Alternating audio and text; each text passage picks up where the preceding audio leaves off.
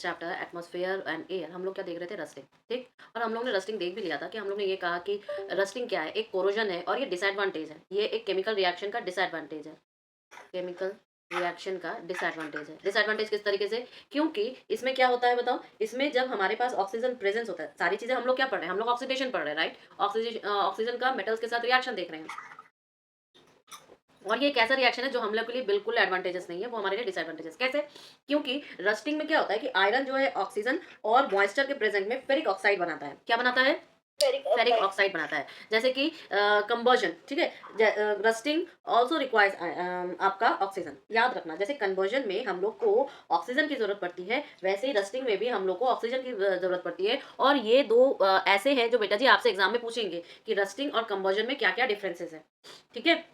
Yes तो sir. क्या क्या डिफरेंसेस हैं, पहले कंबर्जन देखते हैं। It takes place in the presence of oxygen, it is a fast process, many substances like combustion, ठीक है। मेनी सब्सटेंसेज आर कंबस्टिबल, बहुत सारे सब्सटेंसेज होते हैं जो कि कंबस्टिबल होते हैं। It requires heat to start the reaction, combustion process ऐसे ही नहीं स्टार्ट हो जाएगा, उसको हीट देना पड़ता है, थोड़ा इनिशिएशन करना पड़ता है हीट के साथ, ठीक है। It takes place in high temperature और it produce large amount of heat and energy, ठीक है। हीट एनर्जी को लार्ज अमाउंट में प्रोड्यूस करता है, साथ ही साथ लाइट भी प्रोड्यूस करता है, याद रखना कंबर्जन के लिए। लेकिन रस्टिंग क्या होता है, रस्टिंग को भी होने के लिए क्या चाहिए होता है, ऑक्सीजन और moisture in the presence of oxygen. लेकिन रस्टिंग जो है एक स्लो प्रोसेस है। आप अपने घर में भी देखते हो, जब आप लोहे के दरवाजे या ऐसा कुछ रहता है, चेयर वगैरह, और ये छत पे छोड़ दो आप, ठीक है, तो बारिश हवा ये लगातार 2-3 साल चलेगा, तो आपको रस्टिंग जैसा सीन दिखाई देगा। कहाँ पे रस्टिंग जैसा सीन दिखाई देगा, उसके जो चेयर्स के जो लोहा के साथ कांटेक्ट में आ रहा है, वो सारी चीजों पे, ठीक है। The only iron and it's alloy rust, याद रखना केवल आयरन और उसके जितने एलॉयज होते हैं वही रस्टिंग के प्रोसेस में जाते हैं,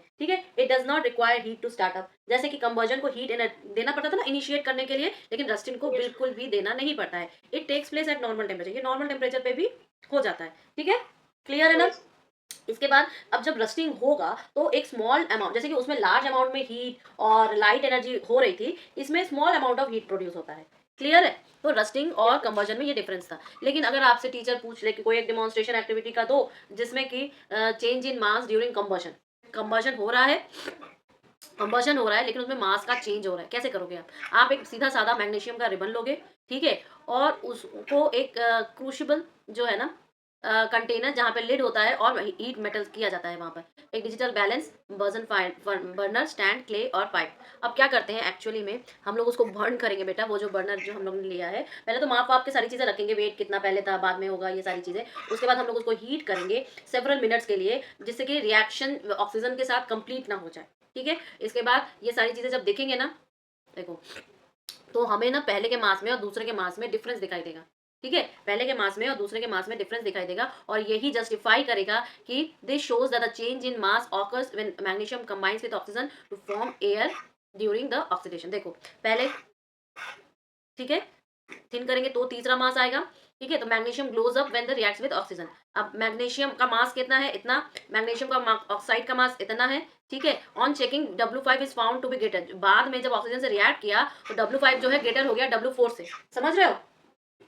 जब वो ऑक्सीजन से रिएक्ट किया तो उसका मास बढ़ गया, रिड्यूस नहीं हुआ, ठीक है। तो इससे क्या हम दिखाई सकते हैं कि भाई जब ऐसा ऑक्सीडेशन होता है या कंबर्जन होता है मेटल्स का, तो उसका मास बढ़ जाता है। इतने देर तक हम लोग मेटल्स को देख रहे थे बेटा कंबर्जन में, अब हम लोग रिएक्शन ऑफ नॉन मेटल्स का ऑक्सीजन के साथ देखेंगे। नॉन मेटल्स भी ऑक्सीजन के साथ रिएक्ट करते हैं और ऑक्साइड्स बनाते हैं। देखो अभी तो सिर्फ आपको ऑक्साइड पढ़ा जाएगा, नेक्स्ट क्लासेस में आपको एसिड्स एंड बेस पढ़ाए जाएंगे, और फिर बताया जाएगा कि मेटल्स के रिएक्ट ऑक्साइड क्या बनाते हैं, नॉन मेटल्स के ऑक्साइड क्या बनाते हैं, मतलब एसिड बनाते हैं, बेस बनाते हैं, सॉल्ट बनाते हैं, क्या क्या सब बनाते हैं, ठीक है। अभी सिर्फ आप लोग ऑक्साइड्स देखोगे, ठीक। और साथ ही साथ इवन जो sulphur Burns with air when heated gently, ठीक है। जैसे कि सल्फर क्या है, सल्फर मेटल है कि नॉन मेटल है, नॉन मेटल है, लेकिन जब वो एयर के साथ हम हीट करेंगे उसको तो सल्फर डाइऑक्साइड बनाता है। याद रखना सल्फर डाइऑक्साइड भी हमारे जो एसिड रेन्स होते हैं ना, यस सर। उसमें भी प्रेजेंट रहता है सल्फर डाइऑक्साइड, याद रहे, ठीक है। इसके बाद यस सर। कार्बन, कार्बन जब ऑक्सीजन में बर्न होता है तो CO2 देता है, CO2 तो हमारे लिए बिल्कुल अच्छा नहीं है। फिर व्हाइट फॉस्फोरस बेटा, व्हाइट फॉस्फोरस जब ऑक्सीजन के साथ बर्न होता है तो फॉस्फोरस पेंटाऑक्साइड, ध्यान रखना इंपॉर्टेंट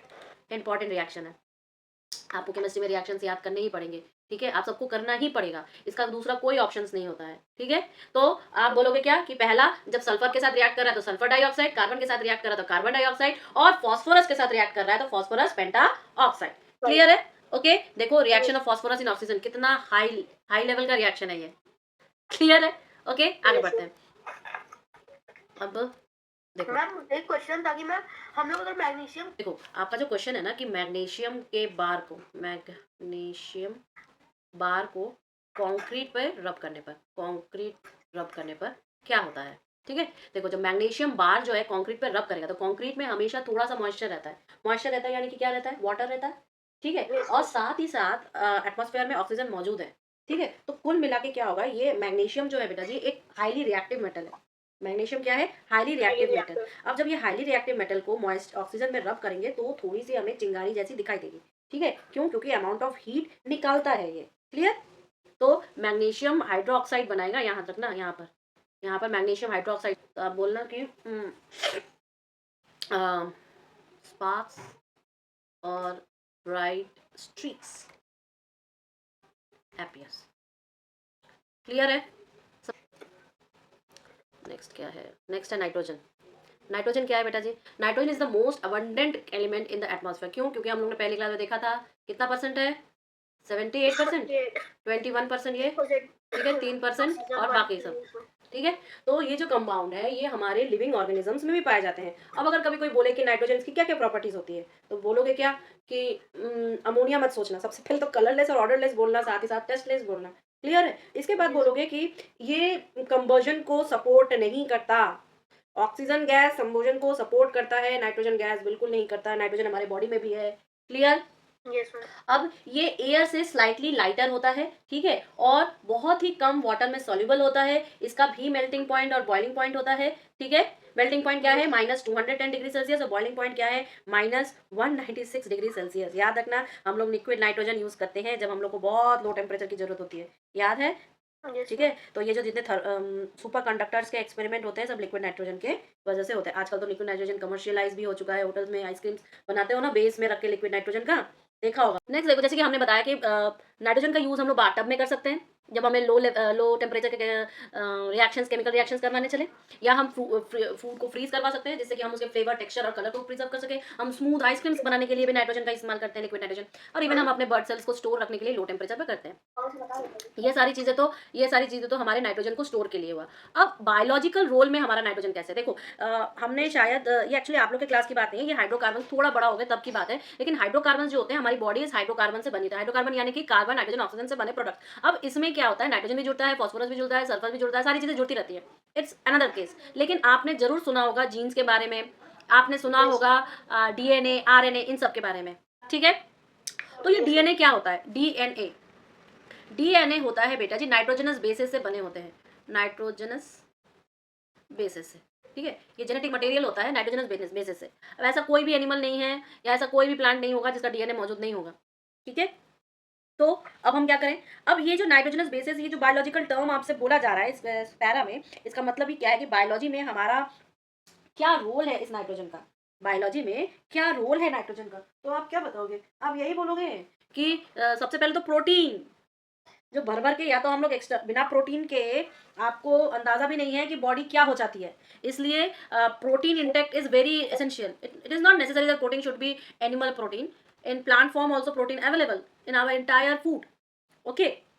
तो प्रोटीन्स, प्रोटीन्स जो है लिविंग बींग्स का सबसे बड़ा पार्ट होता है, प्रोटीन के मॉलिक्यूल्स, डीएनए, ये सारी चीजें मैंने तुम्हें अभी बताई, ये सब क्या है, ये सब नाइट्रोजन है जो कि बायोलॉजिकल रोल में इन्वॉल्व होते हैं, ठीक है।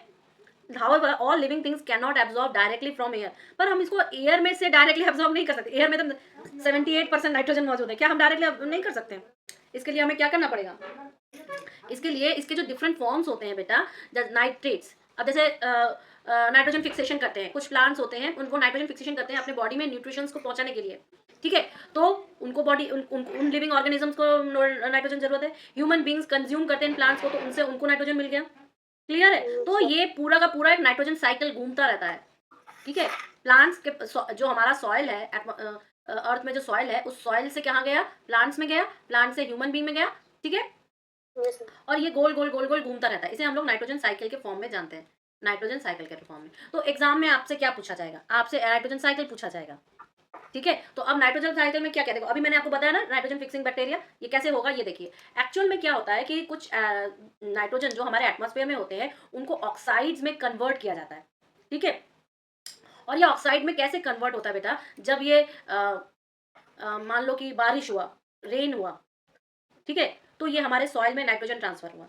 लाइटनिंग हुई, लाइटनिंग बिजली कड़की, तो ये इसके नाइट्रोजन के ऑक्साइड हमारे सॉइल में आके गिरे, ठीक है, ओके, इतना क्लियर हो गया ना। अब क्या हुआ कि कुछ सिम्बायोटिक्स बैक्टीरिया होते हैं जिसे हम लोग नाइट्रोजन फिक्सिंग बैक्टीरिया कहते हैं। क्या कहते हैं? नाइट्रोजन फिक्सिंग बैक्टीरिया, ठीक है। अब कुछ रूट्स होते हैं, प्लांट्स के रूट्स, मान लो ये प्लांट्स के रूट्स हैं, ठीक है, और प्लांट्स के रूट्स में ऐसे नोड्यूल्स बनाते हैं।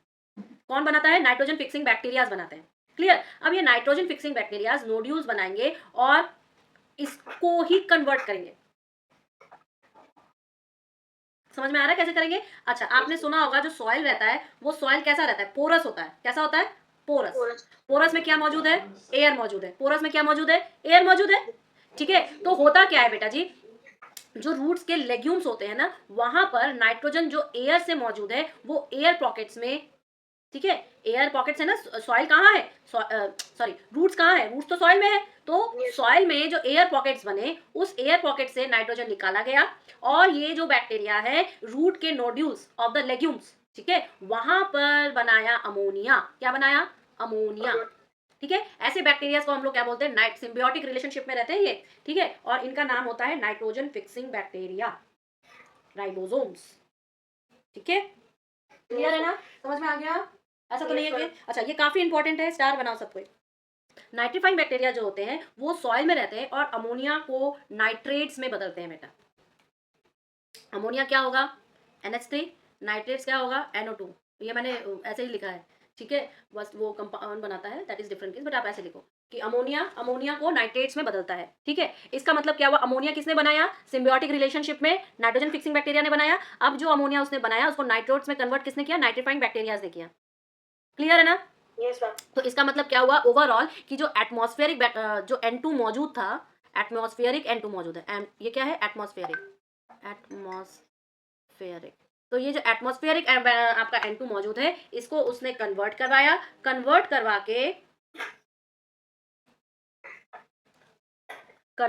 के बेटा जी क्या किया? कंपाउंड्स बनाया नाइट्रेट्स का। क्या किया? कंपाउंड बनाया नाइट्रेट्स का जो कि प्लांट्स के द्वारा एब्जॉर्ब होता है और इसे कहते हैं नाइट्रोजन फिक्सेशन। इसे क्या कहते हैं? नाइट्रोजन फिक्सेशन, ठीक है। Yes ma'am. तो नाइट्रोजन फिक्सेशन बहुत इंपॉर्टेंट है, आपसे पूछा जाएगा, डिफाइन द टर्म्स में भी पूछते हैं, आपसे नाइट्रोजन साइकिल के फॉर्म में भी पूछते हैं, आपसे MCQs में भी पूछते हैं, आपको कैसे भी पूछ सकता है नाइट्रोजन फिक्सेशन, क्लियर है। Yes ma'am. तो थोड़ा सा अपने हाथों से ये लिखिए तब आपको सही। नाइट्रोजन साइकिल हेडिंग देना, क्लास का आज डेट डालना और इसको लिखो थोड़ा सा, मैम बोल। हाँ पूरा नाइट्रोजन फिक्सेशन, तब आपको एक एक नाम एक एक चीज याद रहेगी। Okay ma'am.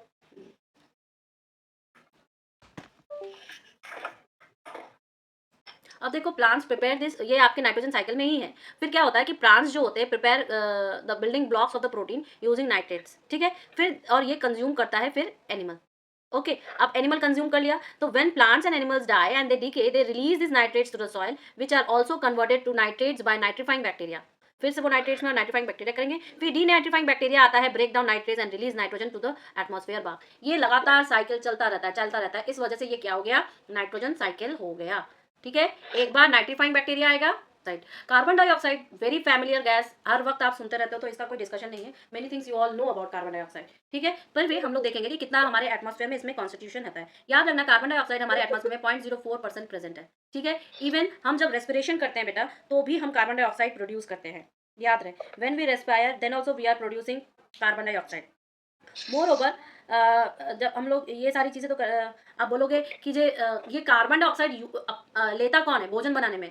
तो ये प्लांट्स लेते हैं, क्लियर। अब कार्बन डाइऑक्साइड की कुछ फिजिकल प्रॉपर्टीज देखेंगे। फिजिकल प्रॉपर्टीज में अगर देखें तो carbon dioxide colourless, odourless, even आप बोलोगे स्टेबल रहता है रूम टेम्परेचर पर भी, ओके। कार्बन डाइऑक्साइड स्टेबल रहता है बेटा जी रूम टेम्परेचर पर। जब ये रूम टेम्परेचर पर स्टेबल रहेगा तो आप क्या कहोगे कि ये एयर से डेंसर है। अच्छा, नाइट्रोजन हमने क्या देखा था? एयर से लाइटर देखा था, लेकिन जब हम लोग कार्बन डाइऑक्साइड देखते हैं तो ये क्या हो जाता है? एयर से डेंसर हो जाता है। साथ ही साथ जब हम इसका मेल्टिंग पॉइंट देखते हैं तो -57 डिग्री सेल्सियस और इसका बॉइलिंग पॉइंट देखते हैं तो -78 डिग्री सेल्सियस, और ये एसिडिक होता है नेचर में and form carbonic acid with water. याद रखना, ये आपसे पूछेगा, इंपॉर्टेंट पॉइंट है, MCQs में पूछता है when carbon dioxide reacts with your water what it forms, तो आप बोलोगे कार्बोनिक एसिड, ठीक है। कार्बोनिक एसिड एसिडिक नेचर होता है हमारे एटमॉस्फेयर में।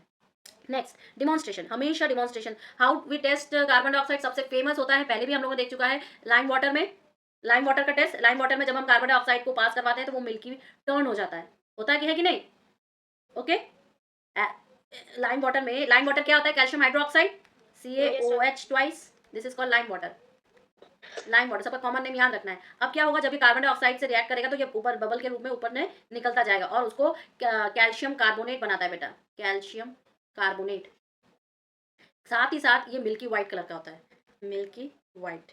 ओके, क्लियर है? CaCO3, ये कैल्शियम कार्बोनेट। ओके, अब कार्बन डाइऑक्साइड का यूजेस क्या होते हैं? बहुत तरीके से साथ में बहुत सारे केमिकल्स प्रिपेयर करने में कार्बन डाइऑक्साइड की हमें जरूरत पड़ती है, जैसे कि प्रोडक्शन ऑफ केमिकल्स, जैसे कि सोडियम बाइकार्बोनेट, प्लास्टिक्स, इसमें हमें कार्बन डाइऑक्साइड की जरूरत पड़ती है।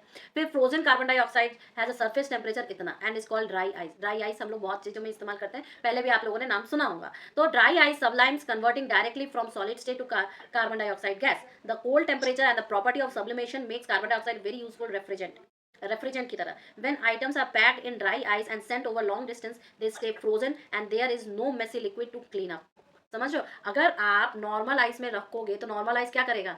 मेल्ट होगा, Yes, मेल्ट sir. होकर लिक्विड बनाएगा, और लिक्विड में जब कोई सामान रखेगा तो कैसा गंदा नहीं हो जाता, खराब भी हो जाएगा। लेकिन जब हम ड्राई आइस में सामान को रख के पैकेज करके दूर लॉन्ग डिस्टेंस पे बनाएंगे तो वो वैसा का वैसा ही रहता है, कोई लिक्विड नहीं रहता, तो हमारा जो पैकेट ऑब्जेक्ट है वो भी सेफ रहेगा। फिर carbon dioxide pumps into petroleum well, so some of it dissolve in the petroleum. This makes petroleum less viscous and easier to extract. जो ये पेट्रोलियम क्या है? पेट्रोलियम जो आपके वेल्स होते हैं बेटा, तेल का कुआं जहाँ पे क्रूड ऑयल निकाला जाता है, वो क्या होती है? काफी डेंस होती है। फॉसिल फ्यूल है, फॉसिल फ्यूल है। अब ये फॉसिल फ्यूल जब आप निकालते हो ना तो क्या होता है? काफी डेंसर होता है, तो इसकी और निकालने में दिक्कत आ जाएगी। तो क्या करते हैं? पाइप से इसके अंदर कार्बन डाइऑक्साइड बनाते हैं, भेजते हैं। तो कार्बन डाइऑक्साइड गैस क्या करता है? रिएक्ट करता है, और रिएक्ट करके क्या निकालता है? उसको ईजियर, थोड़ा सा लेस विस्कस बना देता है, और जिससे कि हम उसको एक्सट्रैक्ट कर सकते हैं। सिमिलरली यूरिया, नाइट्रोजन फर्टिलाइजर, इन सबको प्रिपेयर करने में हमें अमोनिया और कार्बन डाइऑक्साइड दोनों की जरूरत पड़ती है, याद रहे। इसको फर्टिलाइजर्स, यूरिया, ये सारी चीजें बनाने में। फिर कार्बन डाइऑक्साइड जो होती है वाटर में डिजोल्व हो जाती है। जितने भी सोडा, जो सोडा आप लोग पीते हो, सॉफ्ट ड्रिंक्स आप लोग पीते हो, उसमें क्या घोल के बनाया जाता है? कार्बन डाइऑक्साइड, इसलिए मना किया जाता है, ठीक है। देन सर अब नेक्स्ट क्या है? Carbon dioxide gas liquefied. ये हाई टेम्परेचर पर, हाई प्रेशर पर, आप बोलोगे कि कार्बन डाइऑक्साइड को हाई प्रेशर डालने पर ये लिक्विफाइड हो जाता है, क्लियर। अब लिक्विफाइड जो होता है उसको फायर एक्सटिंग्विशर में भर देते हैं कंप्रेस करके। फिर जब ये कंप्रेस किया जाता है तो स्प्रे, अगर हम फायर में इसके नोजल से स्प्रे करें तो फायर को स्मूथर कर सकता है और फिर उसको स्प्रेड होने से स्टॉप कर देगा। तो ये CO2 क्या करता है बेटा जी? एक्चुअली CO2 जो है ऑक्सीजन से कॉन्टैक्ट को खत्म कर देता है, कॉन्टैक्ट को खत्म कर देता है। इस खत्म करने की वजह से ही हम इसको फायर एक्सटिंग्विशर्स में इस्तेमाल करते हैं, फायर एक्सटिंग्विशर्स, ठीक है। फायर एक्सटिंग्विशर्स में कार्बन डाइऑक्साइड का इस्तेमाल करने का रीज़न ही ये है कि ये जल्दी से जल्दी उसको कांटेक्ट ख़त्म कर देता है, और क्योंकि ये कांटेक्ट ख़त्म कर देता है, इसके वजह से ही क्या हुआ?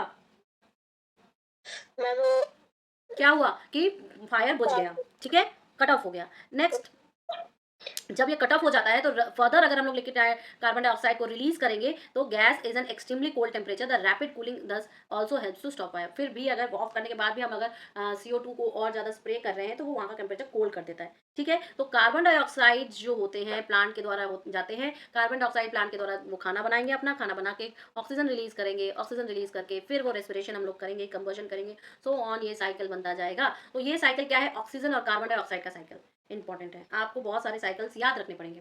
नेक्स्ट है आपका water vapours, clear. Water vapours क्या है? जो एयर है ना, उस एयर में वाटर वेपर्स होते हैं जो कि हमारे अर्थ में लाइफ सस्टेनेंस के लिए बहुत बहुत जरूरी होता है, क्लियर है। अब the amount of water vapour जो हमारे एयर में प्रेजेंट है वो अप टू 4% जा सकता है। यूजेस क्या है इसके? वाटर वेपर्स का जो एटमॉस्फेयर में कंडेंस होता है वाटर में, और फिर कंडेंस होकर वाटर में कन्वर्ट होता है, ठीक है, और फिर क्लाउड्स बनता है। क्लाउड्स बना के वाटर की जो पूरी साइकिल है हमारे अर्थ पे, ठीक है, पूरी साइकिल को ये मेंटेन रखता है, क्लाइमेट को मेंटेन रखता है, हर हर जगह का जो अपना एक वेदर सिस्टम है उसको मेंटेन रखता है, प्लस हमारे लिविंग ऑर्गेनिजम्स के को मॉइस्चर रखने में हेल्प करता है, ठीक है। जितने भी लिविंग थिंग्स हैं हमारे नेचर में, सबको मॉइस्चर रखने में हेल्प करता है, ओके। Yes sir. तो ये जो सारी चीज़ें हुई हैं ये आपको याद हो गई, yes sir. Okay. Next, dust particles.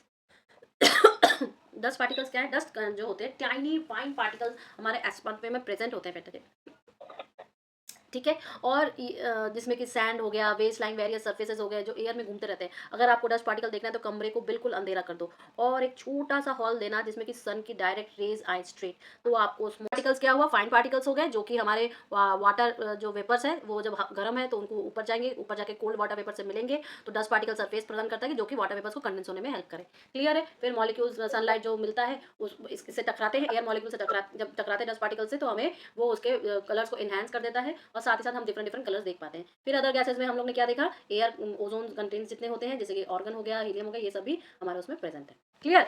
तो इसका जो हम लोग वर्कशीट है कल करेंगे।